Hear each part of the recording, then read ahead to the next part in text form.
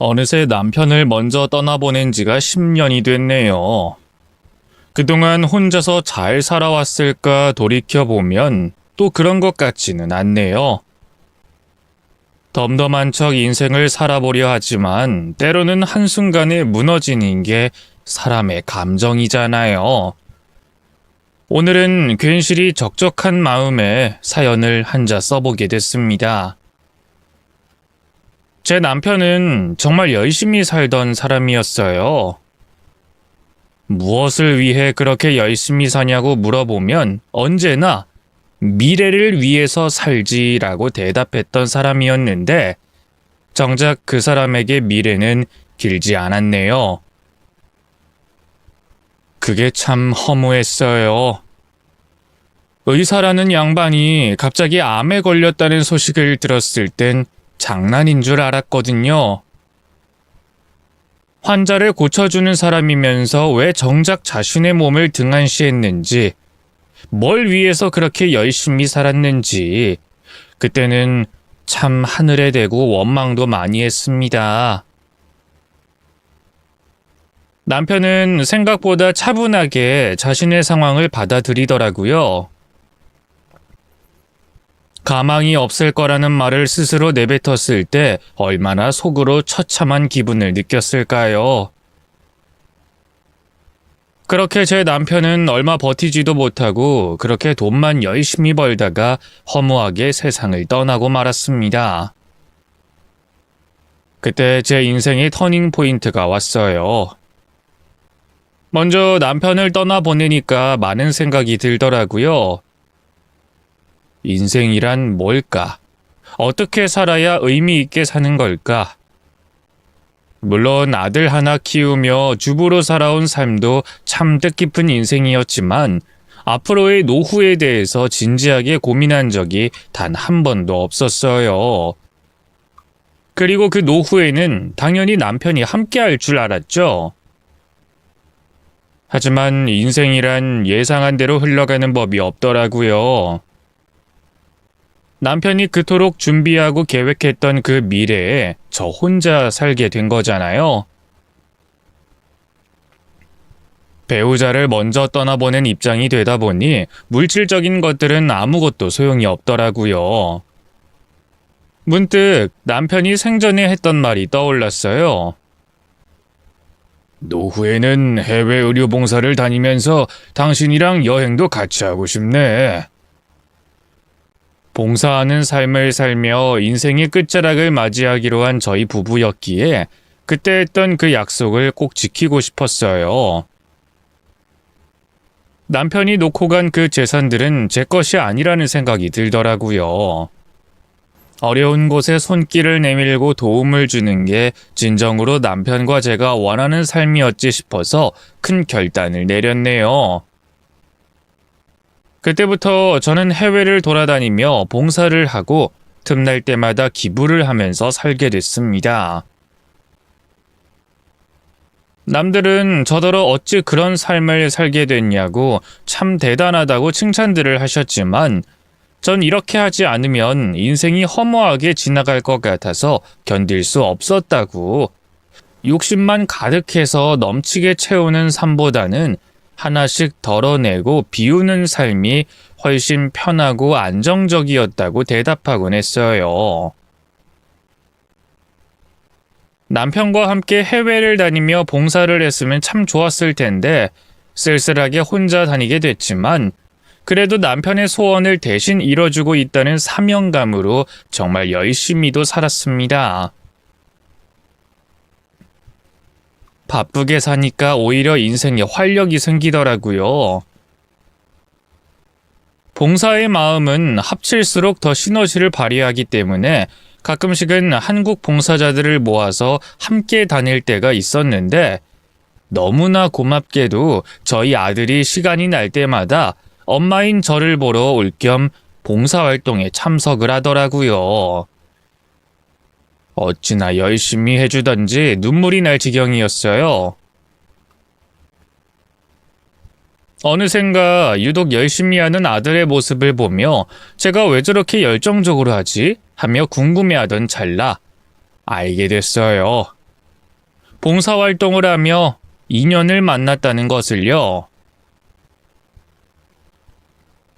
피부가 유독 하얗고 청순하게 생긴 20대 여자 봉사자가 한 명 있었는데 참 성실하고 야무져서 눈길이 가더라고요. 말없이 묵묵히 제 할 일만 해서 다른 봉사자들과는 영 섞이지 못하길래 제가 먼저 가서 말을 걸어본 적이 있었네요. 젊은 친구가 참 열심히 하네. 쉬어가면서 하지. 괜찮습니다. 쉼없이 움직여야 잡생각이 사라져서요. 나랑은 몇 번 같이 한 적 있었지? 네, 1대1로 대화를 나눠본 건 지금이 처음이지만요. 학생인가? 아니면 직장인인가? 아유, 직장 다니면서 봉사활동은 힘들 텐데. 그냥 프리랜서 하고 있습니다. 이것저것 손길 닿는 대로 일하고 있어요. 그래서 시간이 많이 남아요. 아유, 혼자 봉사활동 하러 오는 게 쉬운 일이 아닌데. 지우고 싶은 잡생각이 있나 보지? 어렸을 적에 보육원에 맡겨졌거든요. 그 이후로 부모님이 절 한 번도 찾아오지 않았는데 그게 사실 성인 되고 나면 잊혀질 줄 알았거든요. 근데 시간이 흐를수록 더 서운하고 화가 나요. 그런 생각들이 절 지배하면 자꾸만 우울해지더라고요. 그래서 봉사를 시작했어요. 사실 착한 마음으로 시작한 봉사가 아니라서 너무 죄책감이 들어요. 남을 위해서 희생하는 것만이 봉사가 아니야.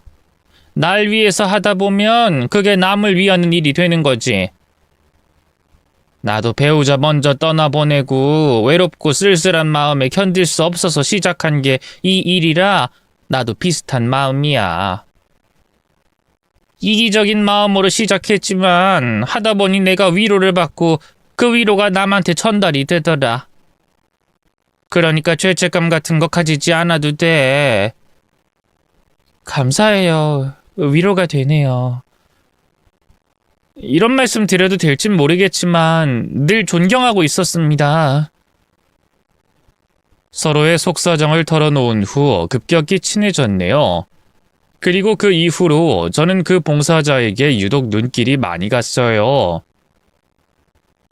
성장 환경을 들어보니 고생도 많이 했을 것 같고 상처도 많을 것 같더라고요.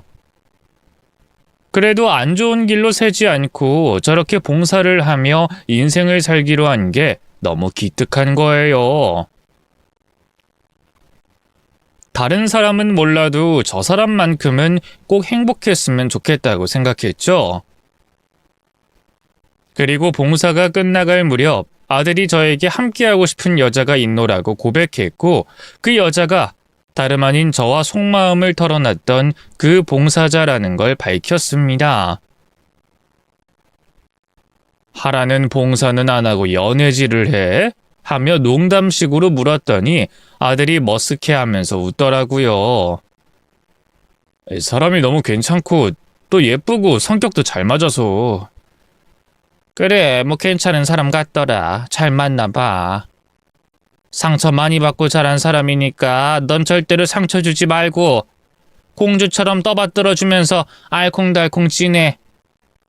엄마는 무조건 응원한다. 둘이 정말 잘 어울린다고 생각했어요.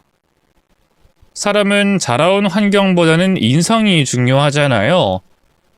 마음씨를 본다면 아들의 여자친구는 최고의 며느리감이었습니다. 다른 건 몰라도 덤벙대는 아들의 성격을 확 휘어잡을 수 있는 며느리감을 원했는데 딱 좋은 사람을 만났더라고요. 그렇게 둘은 1년 좀 넘게 연애를 하다가 슬슬 결혼을 준비하고 싶다고 하더라고요.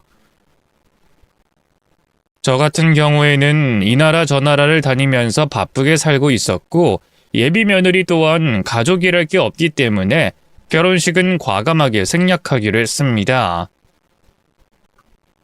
혼인신고만 하고 둘이 간소하게 반지를 나눠 끼는 식으로 하고 싶다고 해서 그들의 의견을 존중해줬어요.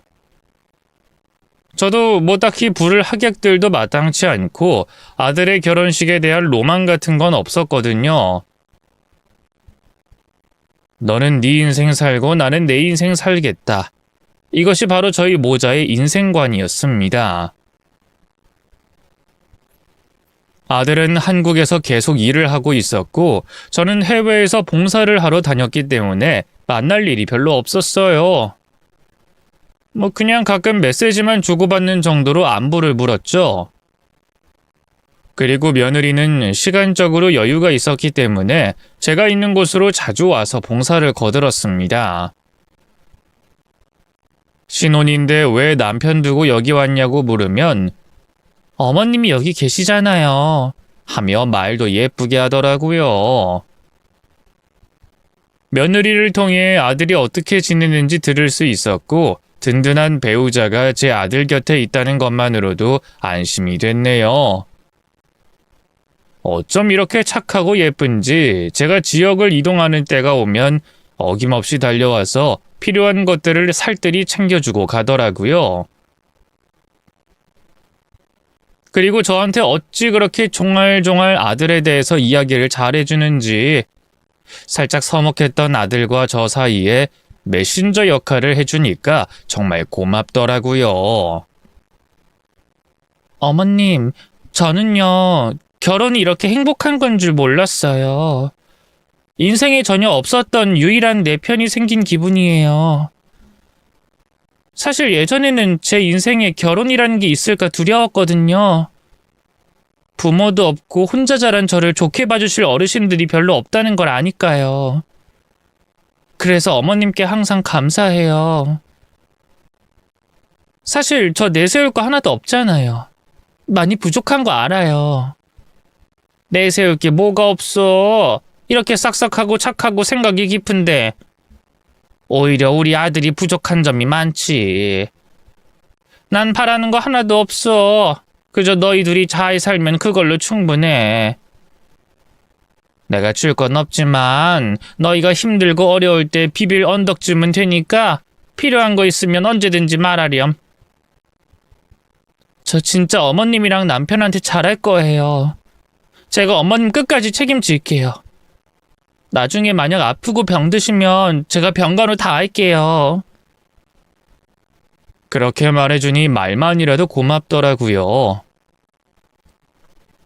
이제는 아들도 장가를 보냈으니 다 끝났다고 생각했어요. 그냥 이렇게 하고 싶은 일 하면서 나누면서 살다가 언젠가 때가 됐을 때 인생을 조용히 마무리 짓는 게 제 작은 바람이었죠. 하지만 언제나 그렇듯 인생은 뜻대로 흘러가지 않더라고요. 어느 날 며느리가 어두운 표정으로 절 보러 왔길래 무슨 일이 있냐고 물어봤더니 갑자기 울음을 터뜨리더라고요.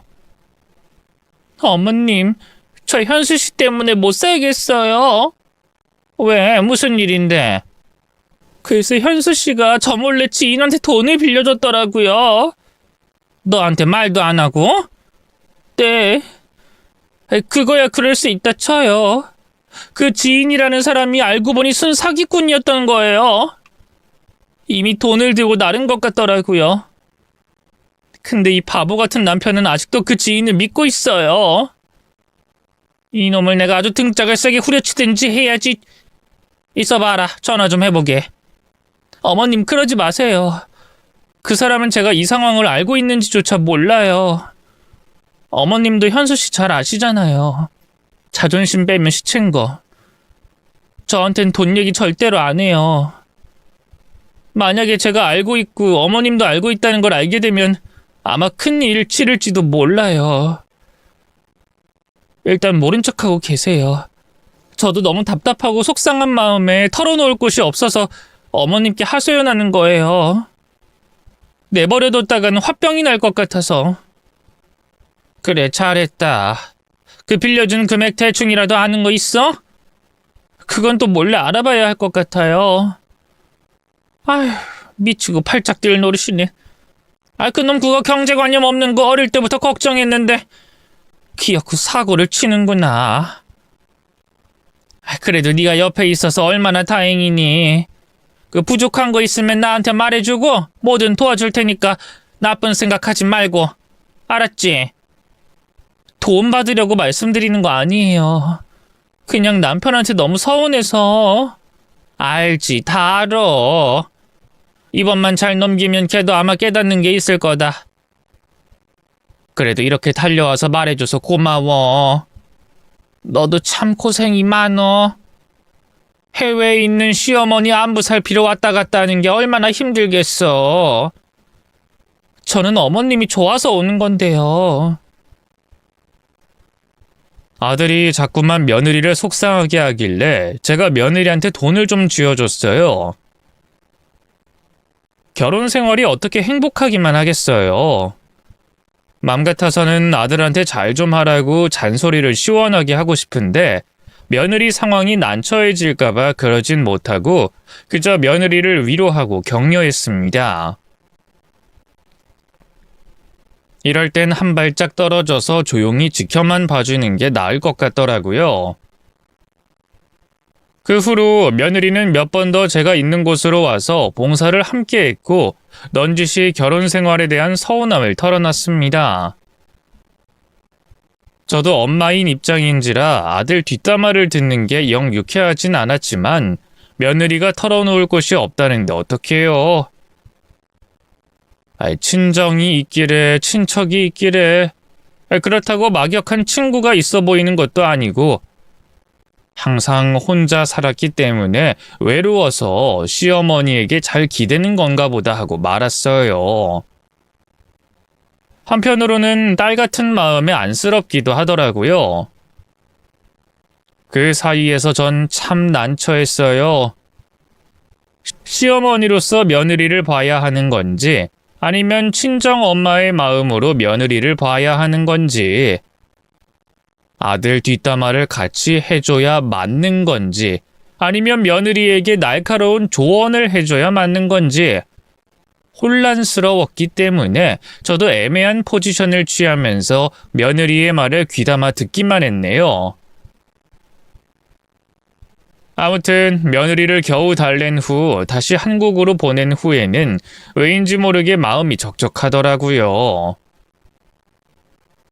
이제는 해외 생활도 너무 지치고 나이도 점점 먹어갈수록 체력도 딸리는데 이제 슬슬 한국에서 생활을 하며 지내볼까 하는 생각이 들었네요. 어쩔 땐 머리가 핑 돌기도 하고 기력이 없어서 식은땀까지 나더라고요. 그때까지만 해도 저는 그게 단순하게 피로감이 쌓인 거라고만 생각했습니다. 그게 쌓이고 쌓인 어느 날 전 갑작스레 정신을 잃고 말았어요. 눈을 떠보니 제가 병실에 누워있더라고요. 의료시설이 잘 발달되지 않은 나라였기 때문에 한참을 차로 달려서 입원을 했다고 들었어요. 그곳에서는 제가 희귀병에 걸렸고 살 날이 얼마 남지 않았다며 당장 다른 병원에 가서 정밀 검사를 받아봐야 한다고 했습니다.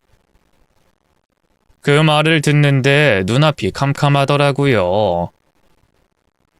봉사자 중에 제 며느리와 연락을 주고받던 사람이 있었기 때문에 제가 쓰러졌다는 소문을 듣고 며느리는 바로 제가 있는 곳으로 달려왔어요. 제 손을 잡고 어찌나 서럽게 울던지 제가 며느리를 말릴 지경이었습니다. 아유, 그만 좀 울어. 아직 확실치 않대. 정밀검사 받아봐야 한다잖아. 어머님 없으면 안 돼요. 저 진짜 큰일 나요. 아유, 그래, 알았다. 일단 진정하고 상황 파악 좀 하고, 응? 아들한텐 아직 알리지 마. 괜히 일하는 애 걱정하느라 사회생활 못할까 걱정되네. 그건 걱정 마세요. 그 사람 마음 약해서 잘 휘둘리잖아요. 그래서 말 안 하고 어머님 안부 챙기러 간다고 하고 온 거예요. 그나저나 어머님 몸은 좀 움직일 수 있으세요? 아유, 모르겠어. 아까는 몸이 마비된 것처럼 힘이 안 들어가더니 이젠 좀 괜찮은 것 같기도 하고. 그거 생각보다 훨씬 심각한 병일 수도 있어요. 일단 제가 유명한 병원 좀 알아보고 예약해 드릴게요. 급하니까 이 근처로 예약할까요? 아무래도 정밀검사는 한국에서 좀 받아야겠어. 한국은 여기서 엄청 멀 텐데요? 생각해봤는데 내가 너무 타지에 있어가지고 몸이 상했나 봐. 이제 한국 가서 좀 쉴까 하고. 해외에서 떠도는 게 인생의 의미라고 하셨잖아요. 갑자기 생각이 바뀌신 거예요? 그래, 뭐 그땐 그랬지. 근데 지금 의사 말 들어보니 내 몸이 자꾸만 신호를 보내는 것 같네. 그래서 말인데 나 한국 가는 비행기 티켓 좀 끊어다오. 그리고 정밀검사 잘 보는 대형 병원 좀 알아봐야겠다. 네, 알겠어요. 그건 제가 알아서 할게요, 어머님. 안정을 일단 좀 취하세요. 그 순간 며느리의 얼굴을 살폈어요. 고민이 많아진 표정이더라고요. 아마도 저를 데리고 한국에 가서 병원에 모시고 갈 생각을 하니 이것저것 해야 할 게 많아서 그런가 보다 싶었죠. 다음날 바로 며느리가 서류를 들이밀기 전까지만 해도 며느리를 100% 신뢰하고 있었습니다. 다음날 며느리는 평소같이 절 돌보더니 넌지시 운을 띄우더라고요. 어머님, 저 어머님께 드리고 싶은 말씀이 있는데 지금 해도 될까요? 뭔데? 어머님 곧 한국 가시잖아요. 그 전에 정리하고 가면 좋을 것 같아서요. 별건 아니에요. 며느리는 가방에서 서류 하나를 꺼내서 저에게 건네더라고요. 그것은 다름 아닌 유언장이었습니다. 다른 사람도 아닌 바로 제 유언장이요. 너무 놀라서 눈을 동그랗게 떴더니 며느리가 상황을 수습하며 변명하기 시작하더라고요. 아, 이거는요, 어머님. 그냥 형식적인 거예요. 유명인들 보면 미리 유언장 많이들 써놓으시잖아요. 그럼 오히려 장수하는 경우도 있대요. 전 어머님이 잘못될 거라고 전혀 생각하지 않아요. 그래도 만에 하나 어머님이 예상치 못한 일이 생기면 난처하잖아요. 어머님 입장에서도 이게 낫겠다 싶어서 제가 어머님 대신해서 좀 작성을 해드렸어요. 내 유언장을 네가 작성했다고? 오해는 말아주세요. 전 어머님의 분신이나 다름없잖아요. 만약 어머님이 이런 상황이라면 이런 마음이시겠구나 하고 대충 유추해보고 적어본 거니까 천천히 읽어보세요. 너무 갑작스러웠어요. 아파서 쓰러져 희귀병 진단을 받으니 득달같이 유서를 써왔다뇨. 이런 암담한 상황에서 유서를 들이민다는 게 저로서는 상식 밖의 일이었어요. 세상에 이런 경우가 있나요? 심지어 읽어보니 내용은 더 가관이었어요.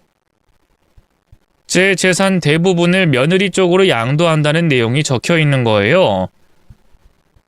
어쨌든 전 아직 살아있고 제 재산은 제가 알아서 할 테니 최대한 마음을 가라앉히고 며느리에게 물어봤습니다. 그래, 읽어봤어. 내 유언장을 이런 식으로 쓴 이유가 있니?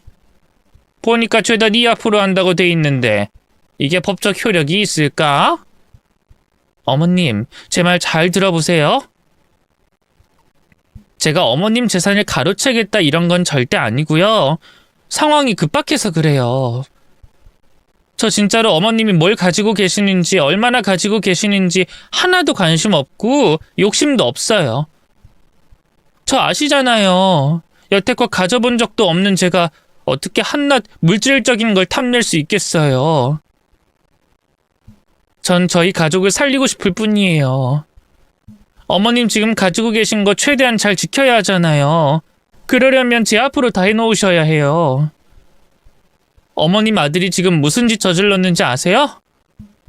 카드 돌려막기에 도박까지 하다가 신용불량자 됐고요. 지금 빚쟁이들이 찾아오고 난리도 아니에요. 심지어 투자인지 뭔지 잘못해서 싹 다 날아가는 바람에 다 압류까지 됐다고요. 어머님 걱정하실까봐 말은 못했는데요. 저희 지금 상황이 너무 막막해요. 어머님이 아들한테 재산 물려주시잖아요? 그럼 그거 바로 다 뺏겨버릴 거예요. 그나마 돈을 지키려면 제 앞으로 해주셔야 해요. 그리고 이런 말씀까지는 안 드리고 싶었는데 어머님 아들 지금 정신도 많이 이상해요. 더 이상 어머님을 보살피고 싶지도 않대요. 인생 다 내려놓고 폐인처럼 살고 있어요. 그나마 제가 같이 살고 있어서 목숨 부지하며 사는 거지, 만약 제가 없었더라면 지금쯤 최악의 상황까지 갔을 거예요. 그래놓고 꼴에 이렇게 망해버린 거 어머님한테 들키고 싶지 않대요. 절대 말하지 말아달래요. 저 혼자서만 소가리를 했던 건데 제가 얼마나 속에서 천불이 났겠어요. 어머님 입장에서는 이 상황 이상한 거 알아요. 어머님 유언장을 제가 멋대로 작성해서 괘씸한 것도 알아요. 하지만 살아날 구멍이 필요하잖아요. 어머님이 어렵게 지켜낸 재산이잖아요. 그거 다 탕진해버리면 안 되잖아요. 그러니까 일단 저한테 주시는 게 순서예요. 여기 사인만 해주시면 제가 다 알아서 처리할 테니까 어머님은 저만 믿으시면 돼요. 저 아시죠? 생활력 하나 끝내주는 거. 어머님 재산 제가 기필코 지키겠습니다. 그리고 어머님 아들 제가 다시 사람 만들어 놓을게요. 철이 없어서 그렇지 사람이 정신 차리면 그래도 성실하게 잘 해내더라고요. 만약 어머님이 잘못되더라도 전 평생 남편 챙기면서 잘 살겠습니다. 어머님 입장에서는 너무 갑작스러운 일이겠지만 이렇게 미리 대비를 해놓는 것도 전 나쁘지 않다고 생각해요. 그리고 어머님 병간호는 제가 책임지겠습니다. 그리고 현수 씨 얼굴 보면 괜히 서로 마음이 무너져 내릴 테니 일단 어머님 상태가 괜찮아지실 때까진 서로 떨어져 있는 게 좋겠어요.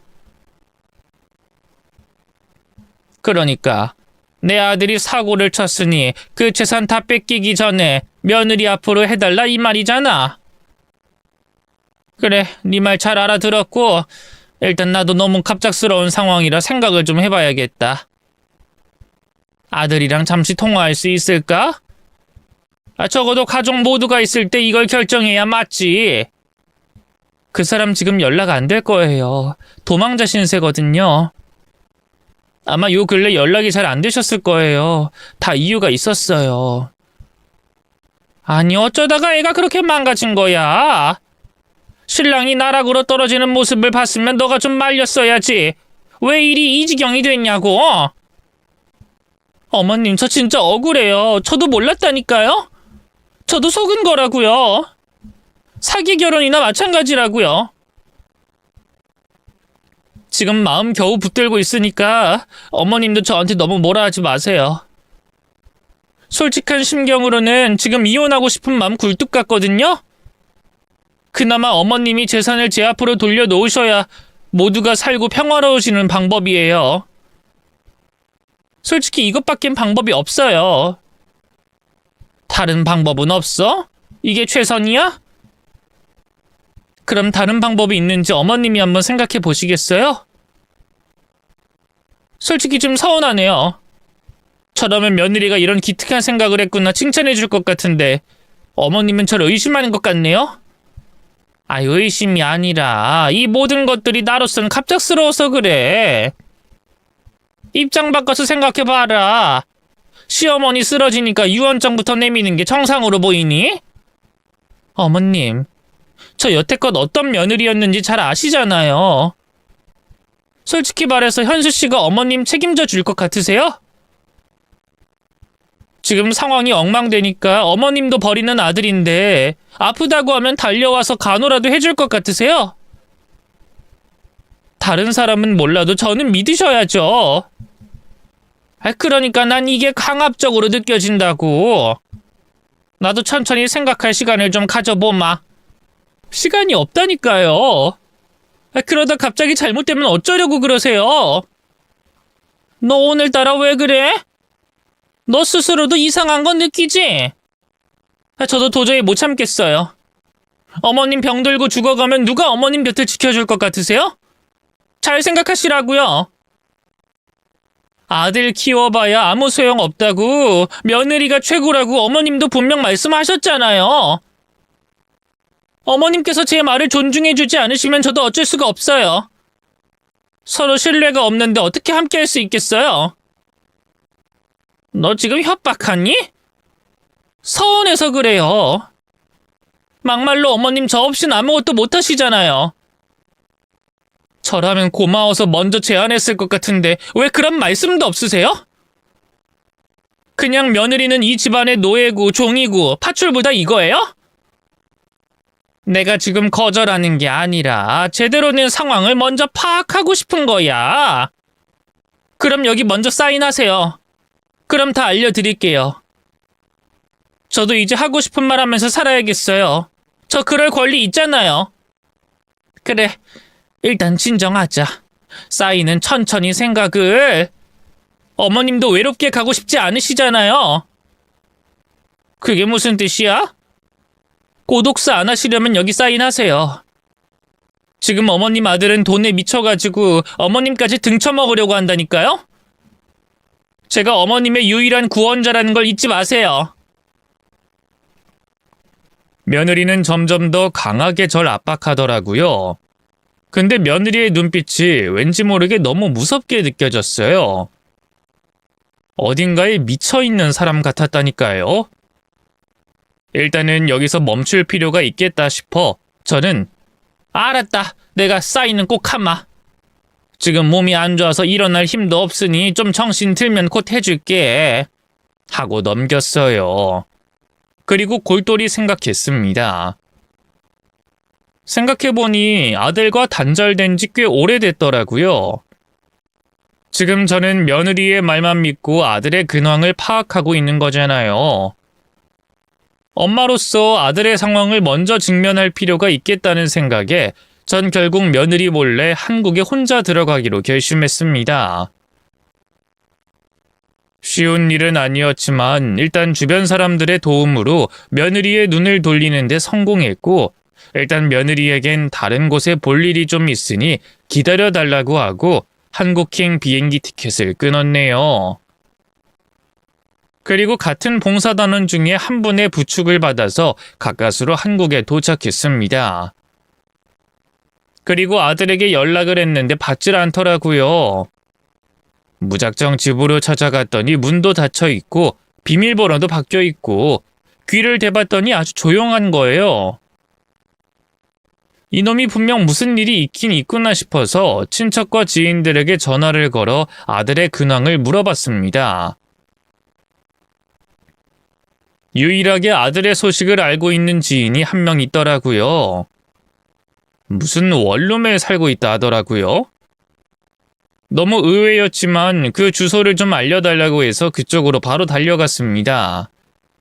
그리고 그곳에 도착해 설마 하는 마음으로 초인종을 눌렀는데 문을 열어준 사람은 다름 아닌 웬 거렁뱅이였습니다.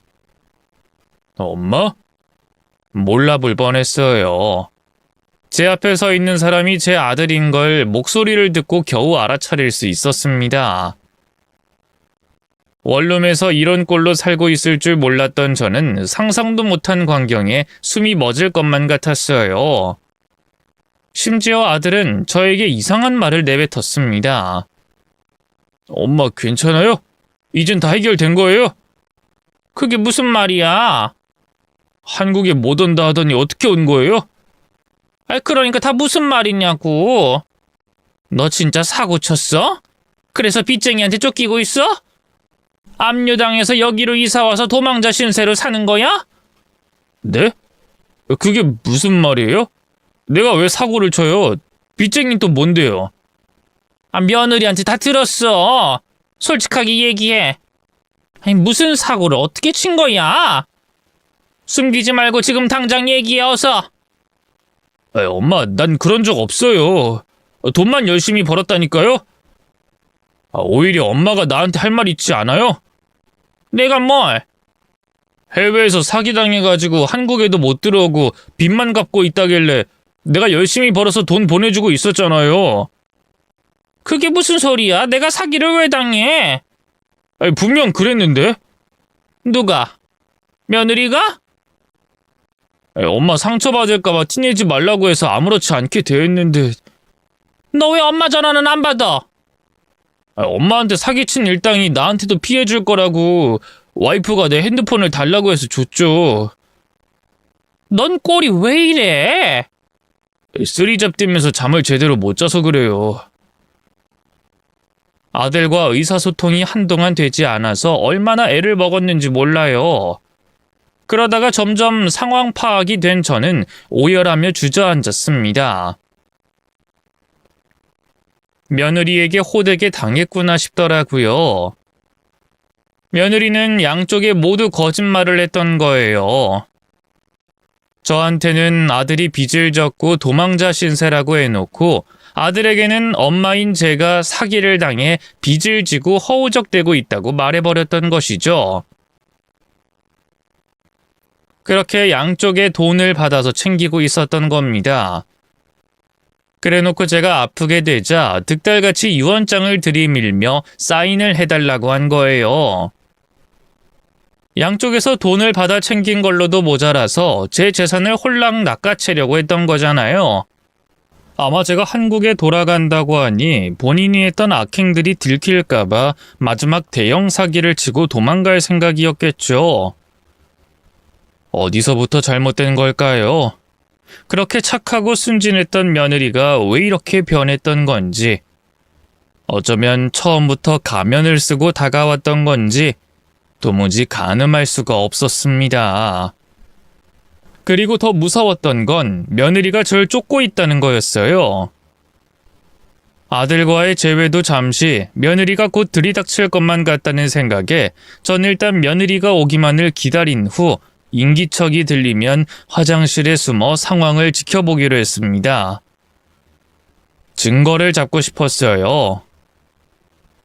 누군가 계단을 올라오는 소리에 화장실에 급히 숨었어요. 아니나 다를까 며느리가 불쑥 들어오더라고요. 아들이 아무렇지 않은 척 연기하자 며느린 대뜸 화를 냈습니다. 아니 진짜 어머님 왜 그러시는 거야? 글쎄 날 두고 도망을 치셨다니까? 엄마가? 그래. 혹시 연락받은 거 없어? 내가 연락을 어떻게 받아. 자기가 내 핸드폰도 가져가 버렸잖아. 지금 난리도 아니야. 어머님 또 사고 치셨대. 일단 내가 돈으로 막아보긴 하고 있거든? 당신 돈 좀 있어? 지금 가지고 있는 거 싹 다 긁어 모아올 수 있어? 엄마 사건 수습한다고 내가 가지고 있는 거 다 줬잖아. 그러니까 내 말은 대출이라도 좀 받아서 달라는 거지. 내가 엄마랑 얘기 좀 나눠보면 안 될까? 아들이 돼가지고 엄마랑 대화 한번 못 해보는 게 말이 돼? 내 핸드폰이나 내놔. 그런 생각 절대로 하지 마. 어머님 지금 마음 엄청 약해지셨거든? 아들한텐 치부를 드러내고 싶지 않다고 엄청 불안해하셔.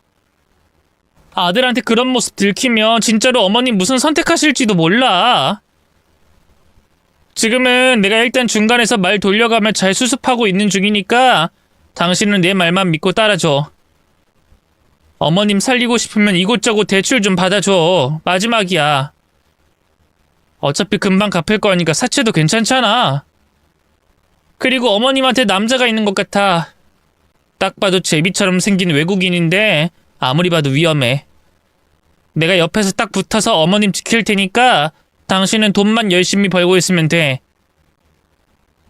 내가 있어서 얼마나 다행이야. 이토록 시어머니 생각하는 며느리가 세상에 또 있을 것 같아?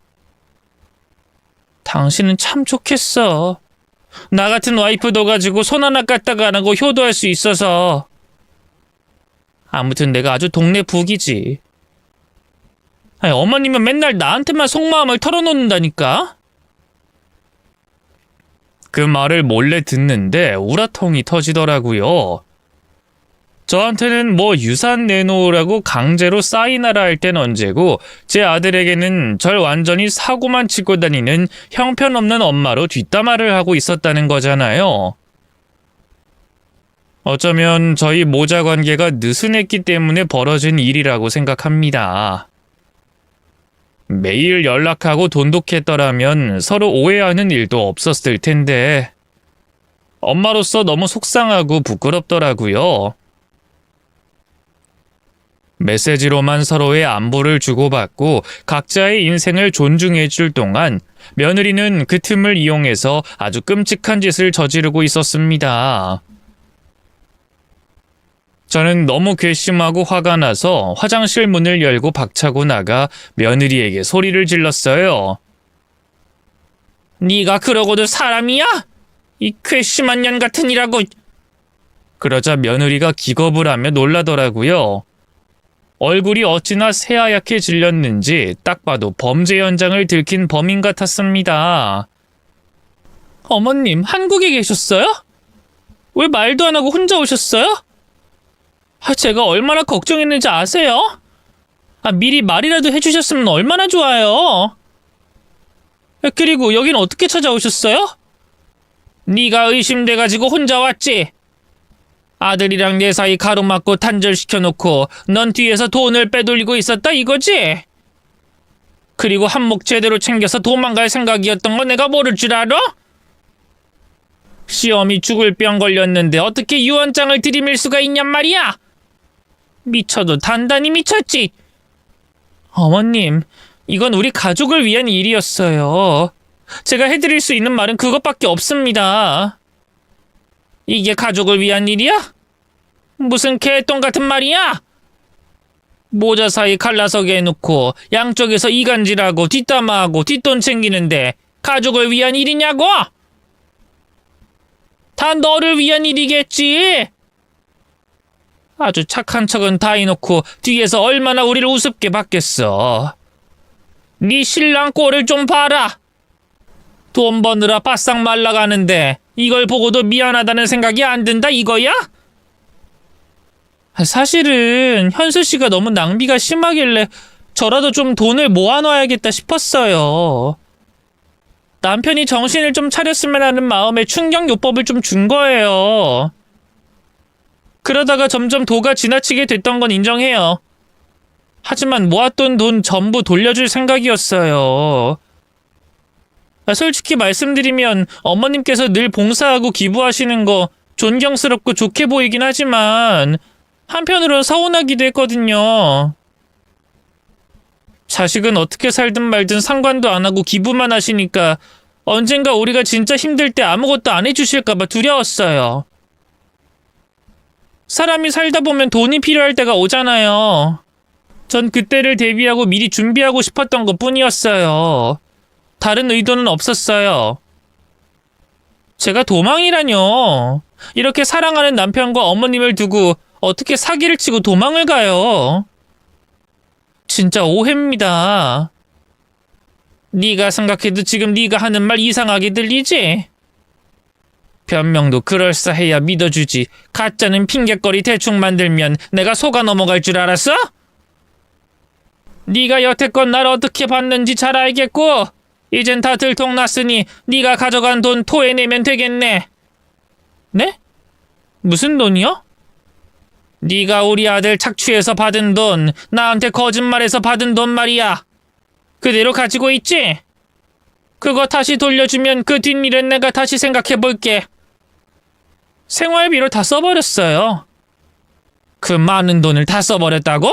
그게 말이 돼? 갑자기 수중에 돈이 생기니까 저도 어쩔 줄 몰랐어요. 저 진짜 불우하게 자라온 거 아시잖아요. 제 주제 좋은 남편 만나 시집 왔으면 감사할 줄 알아야 하는데 돈이 만져지니까 자꾸만 욕심이 생기더라고요. 처음에는 미용실 가서 비싼 돈 주고 머리 했는데 자꾸만 눈물이 나더라고요. 여태껏 누리지도 못하고 살아온 나 자신에게 너무 미안해서 한 번쯤은 꾸며보고 싶었어요. 네일도 하고 옷도 사입고 가방도 사고 그러다 보니 주변에서 보는 눈이 달라지더라고요. 저를 대하는 태도가 달라지니까 더 대접받고 싶어지고 그러려면 돈을 더 쓰게 되고 무한 반복이었어요. 가난했던 제가 돈 맛을 알게 되니까 걷잡을 수 없더라고요. 부모 없이 자란 년이 뭘 배웠겠어요? 절제도 모르고 펑펑 써버리고 말았죠. 하지만 이젠 알겠어요. 돈은 다 쓸모없다는 거. 어머님 말대로 물질은 그저 짐덩이일 뿐이라는 걸 이제야 깨닫게 됐어요. 돈 가로챈 건 정말 죄송해요. 저도 한 번쯤은 누려보고 싶었어요. 어머님은 자식밖에 모르잖아요. 그래서 전 그냥 며느리로만 이용해 먹고 버리려고 하셨잖아요. 전 어머님한테 버림받을까봐 그게 너무 무서웠어요. 전 가족도 없고 가진 게 아무것도 없잖아요. 그래서 본능적으로 제 몫을 챙기고 싶었던 거였어요. 용서해 주세요. 정말 잘못했습니다. 한 번쯤은 누려보고 싶을 수도 있지. 사치 한번 부려보고 싶을 수 있지. 하지만 나한테 유언장을 내밀면서 사인하라고 한 건 내가 도저히 용서를 못한다. 거짓말까지 보태가면서 내 유언장에 사인 받아가면 내 재산이 전부 네 것이 될 줄 알았어? 법이 그렇게 쉬운 줄 알아? 내 며느리가 이토록 멍청하고 한심한 것도 견딜 수 없고 내 아들 골수까지 뽑아먹는 흡혈귀 같은 너를 난 도저히 가족으로 받아들일 수가 없다. 당장 이혼해. 그리고 정산은 똑바로 해야지. 우리한테 사기치고 얻어낸 돈은 내가 다시 받을 거니까 각오 단단히 해라. 어머님, 어차피 살 날 얼마 안 남으셨잖아요. 꼭 이렇게 매정하게 며느리를 내치셔야겠어요? 지금 이 하루하루가 어머님한테 너무 중요하잖아요. 며느리와 싸우면서 시간 낭비하는 건 좀 아니지 않을까요? 그러지 말고 좋은 것만 보고 좋은 생각만 하시면 안 될까요? 저 이제라도 반성하면서 어머님 보필 잘하겠습니다. 저 돈에 잠시 욕심낸 것 말고는 어머님한테 늘 진심이었어요. 제가 어떤 며느리였는지 어머님이 제일 잘 아시잖아요. 며느리는 헛소리를 내뱉더니 자기가 생각해도 말도 안 되는 소리라고 생각했는지 작전을 바꿔서 무릎을 꿇고 싹싹 빌기 시작했습니다. 계속 용서를 해달라고 울며불며 매달리는데 참 인생 더덥고 허무하더라고요. 다른 사람은 몰라도 며느리만큼은 정말 많이 믿고 의지했었기 때문에 실망도 너무 컸고 상처가 아물지 않을 것만 같았습니다. 어쩌면 며느리 말대로 전 시한부 인생을 살게 될 거고 인생 끝자락을 준비해야 했기 때문에 괘씸한 며느리를 처단하면서 인생을 낭비할 수는 없었습니다. 하지만 진실을 알게 된 이상 저희 아들과 결혼 생활을 유지하도록 둘 수는 없었어요. 아들도 소름 끼치는 며느리의 행동을 알게 되자마자 이혼을 선언하더라고요. 어쨌든 한국에 온 목적이 정밀 검사였기 때문에 열일 제쳐두고 병원에 가서 검사부터 받았습니다. 그때까지만 해도 모든 걸 내려놓은 상태였고 이미 마음의 준비를 하고 있던 상태였기 때문에 오히려 덤덤했던 것 같아요. 그런데 의외의 검사 결과가 나왔습니다. 외국에서는 희귀병이라고 했던 게 한국에서는 고칠 수 있는 병이었던 거예요. 검사 과정에서 착오가 있었던 모양인지 몇 번의 정밀 검사 후 전 치료와 수술만 하면 예후가 좋을 거라는 소견까지 받게 됐습니다. 그땐 정말이지 제 2의 인생을 얻은 기분이었어요. 그리고 통쾌했습니다. 아마도 며느리는 제가 빨리 세상을 떠나길 바라고 기다리고 있었겠죠. 그리고 멍청한 신랑 구워 삶아 먹으면서 재산을 다 빼돌릴 생각이었겠죠. 이제는 인생도 늘어났겠다, 내 맘대로 해봐야겠다 싶어 며느리의 과거를 들춰보기로 결심했네요.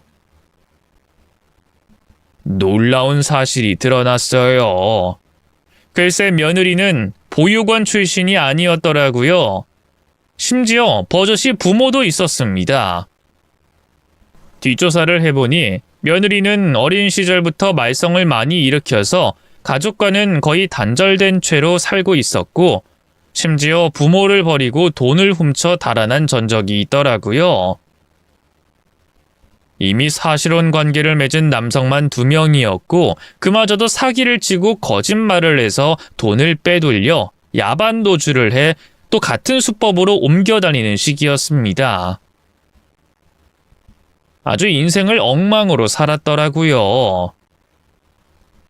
그런 여자를 참한 며느리감이라고 생각했으니 제가 참 보는 눈이 없었네요. 며느리를 만난 이후로 저와 제 아들은 인생이 피폐해졌고 인생 자체가 낭떠러지로 떨어졌습니다. 이제는 모든 걸 돌려놓을 차례였어요. 저는 며느리를 만나 제가 뒷조사한 것들을 읊어주며 이렇게 말했습니다. 여태껏 널 제대로 벌한 사람이 없었기 때문에 이토록 날뛰고 있었던 거겠지. 하지만 안타깝게도 넌 사람 잘못 만났어. 난 끝까지 너한테 손해봤던 걸 받아낼 거고 벌 받게 할 거야. 어머님, 건강은 좀 어떠세요? 안 그래도 걱정하고 있었어요. 저 미워하는 마음 충분히 이해합니다. 하지만 지금은 그럴 때가 아니에요. 어머님 건강부터 챙기셔야죠. 전 스스로 반성하고 벌 받을게요. 네가 내 건강을 챙겨준다니 웃기네. 너무 그러지 마세요. 다 소용없잖아요. 아무리 사람 미워하면 뭘 해요. 세상 떠나면 다 소용없어지는데. 저라면 미워하는 모든 마음 내려놓고 사람을 이해하려고 노력할 것 같아요. 그게 오히려 마음이 편하잖아요. 인생의 마지막은 행복하게 살다 가셨으면 좋겠어요. 마치 내가 죽기만을 바라는 것 같구나? 에이, 설마요. 한국 병원이 좋긴 좋더구나. 정밀 검사를 아주 심층적으로 해줬는데 내 몸이 치료가 가능하다고 하네? 네? 나 시한부 아니라고. 표정 보니 많이 실망한 눈치네. 이젠 난 한국에서 살면서 6개월에 한 번씩 건강검진 꼬박꼬박 받고 오래오래 살아보려고 하거든. 그러니까 내 남은 인생은 내 맘대로 살아도 되잖아. 당분간 내 인생은 너를 처단하는 데 쓸 예정이야. 처단이라뇨? 그 말 너무 무섭게 들려요. 저 진짜 요즘 얼마나 힘들게 살고 있는데요. 어머님은 부족함을 모르시잖아요. 열등감도 박탈감도 모르시잖아요. 그냥 불쌍한 여자 한 번만 이해해준다 치고 저한테 기회를 한번 주시면 안 될까요? 만약 내가 진짜 시한부였다면 넌 우리 집에 있는 재산을 탈탈 털어서 야반 도주하고 또 다른 대상을 몰색했겠지. 그게 네 방식이잖아. 해외에서 봉사활동 시작하게 된 것도 돈 많은 자산가를 찾아서 접근하기 위해서였다지? 한국이 좁으니 이젠 해외까지 진출했나 봐? 불쌍한 걸 보면 못 참고 측은지심 느끼는 사람 본성을 이용해서 아주 잘도 구슬리고 빼먹었더구나.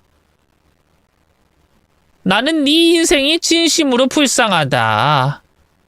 그렇게 살면 인간으로서 자기 혐오 안 생기니? 네 인생이 하도 불쌍하고 한심해서 그냥 똥 밟았다 생각하고 그냥 넘어가 볼까 생각도 해봤거든? 근데 그냥 이렇게 넘어가주면 너 다른 데 가서 또 사기칠 거잖아. 너 같은 애들은 그냥 교도소에 살면서 정신교육 단단히 받아야 돼. 그래야 철이 들지. 어머님, 진짜로 절 고소라도 하시겠다는 말이에요? 한땐 가족이었잖아요. 이건 누워서 침 뱉는 거나 다름없어요. 법적인 공방 진행해봤자 진흙탕 싸움이에요. 그리고 저 진짜 돈이 한 푼도 없어요. 드릴 돈이 없는데 제가 어떻게 보상을 할 수 있겠어요? 그러니 몸으로 때우라고. 무슨 의미인지 몰라?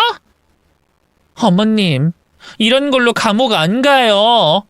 그래? 그럼 내가 가게 만들어주면 되겠네. 너도 인생 살아보니 알겠지? 집요한 사람이 결국 승자가 되는 거. 나도 너만큼 꽤 집요하고 집착하는 사람이거든. 내가 봉사하고 기부하며 사니까 사람이 온순해 보이고 만만해 보이지? 사람 잘못 봤어. 그동안 네 범죄 경력도 쌓였을 테고 증거들도 차곡차곡 보관해놨으니 이제 고소만 하면 되거든. 그 전에 우리 아들이랑 얼른 뒷정리부터 해라.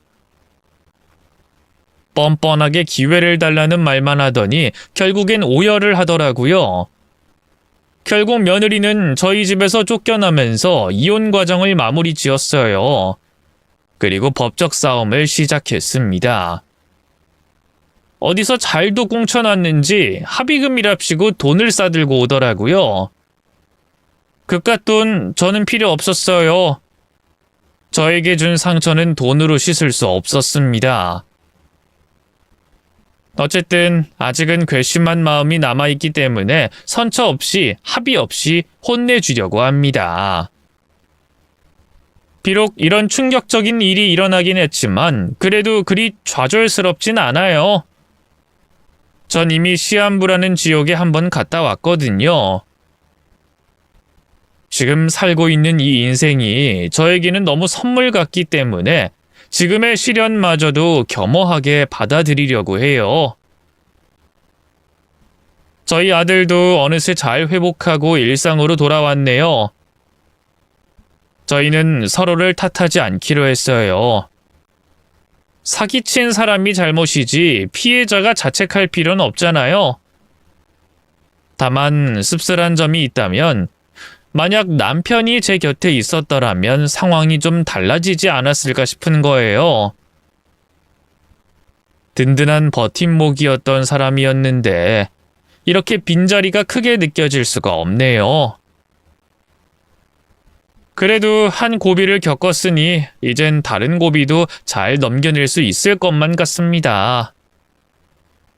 이보다 더한 일은 앞으로 없길 바라는 마음으로 사연을 써보게 됐는데 어떠셨는지 모르겠어요. 아무튼 여러분들도 꼭 사람 조심하세요. 사람에게 배신당한 상처는 꽤 오래 가더라고요. 그럼 사연을 마무리 짓도록 하겠습니다. 읽어주셔서 감사드려요.